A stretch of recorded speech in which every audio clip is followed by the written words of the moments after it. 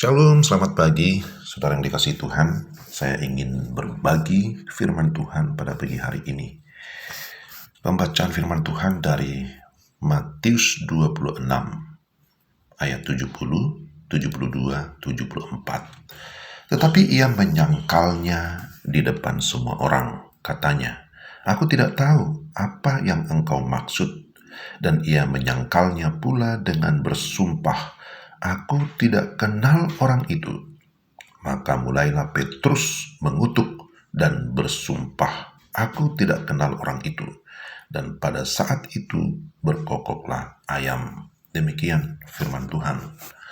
Saya beri tema dosa progresif. Saudara, satu hal yang patut diwaspadai dari dosa adalah dosa selalu mulai dari hal-hal yang kecil. Orang yang membunuh dimulai dari memfitnah. Orang yang memfitnah dimulai dari menggosip.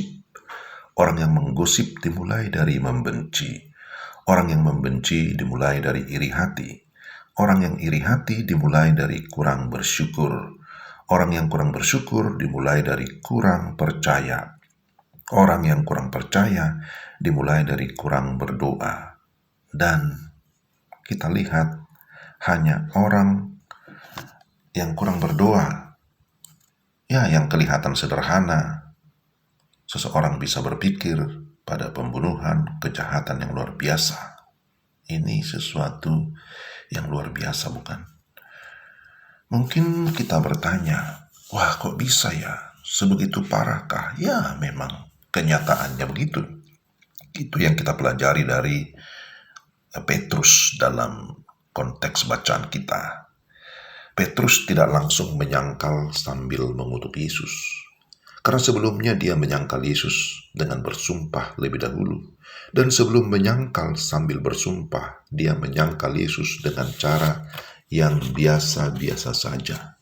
Jadi di sini ada tingkatannya, ada progresifnya seperti demikian. Pertama dia menyangkal, kedua menyangkal dengan bersumpah, tapi yang ketiga menyangkal dengan mengutuk.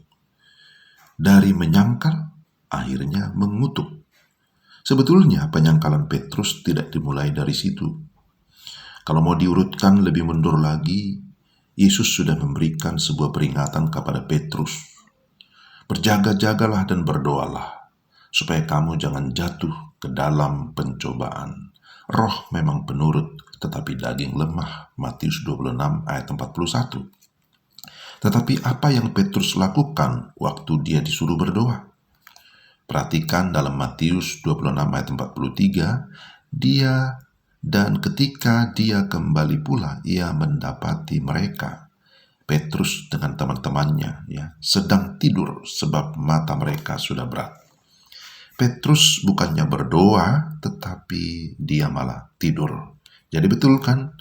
Itulah sebab yang kelihatannya sepele dan akhirnya berujung pada penyangkalan dan pengutukan. Memang Petrus tidak sampai membunuh Yesus. Ya, syukurlah kita bisa berkata demikian. Tetapi bagaimana dengan Yudas? Di manakah Yudas ketika Yesus dan beberapa muridnya berdoa di Taman Getsemani? Yang jelas dia tidak ada di sana untuk berdoa bersama. Yudas memang tidak secara langsung membunuh Yesus, tetapi pengkhianatannya telah secara tidak langsung membuat Yesus akhirnya disalibkan. Jadi saudara-saudara, orang melakukan dosa itu memang sesuatu yang serius. Jangan pernah menganggap sepele dan berkata ini hanya dosa ringan, ini hanya dosa kecil, ini tidak seberapa. Karena dosa itu bisa menghasilkan dosa-dosa yang lain, bahkan bisa bersifat progresif. Kalau saudara dan saya, kalau kita tidak segera sadar dan kemudian mengakui dosa, memohon ampun, meminta pengudusan dari Tuhan. Jadi janganlah kita bermain-main dengan dosa. Jangan kita menganggap remeh terhadap dosa. Di dalam Yakobus 1 ayat 14-15, tetapi tiap-tiap orang dicobai oleh keinginannya sendiri, karena ia diseret dan dipikat olehnya.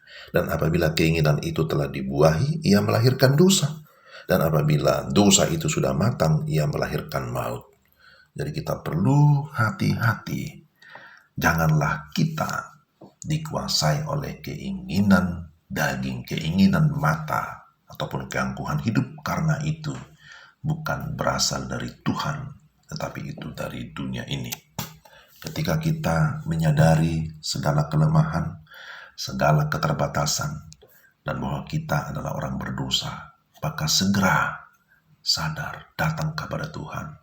Kita memohon anugerah Tuhan, pengampunan dari Tuhan, maka Dia pasti akan mengampuni dan menguduskan kita, sehingga hati kita diberikan ketenangan, diberikan damai sejahtera untuk kita dapat melakukan apa yang benar, apa yang berkenan kepada Tuhan, apa yang sesuai dengan kehendak Tuhan. Kiranya Tuhan memimpin kita. Mari kita berdoa. Tuhan, terima kasih untuk renungan firman-Mu hari ini.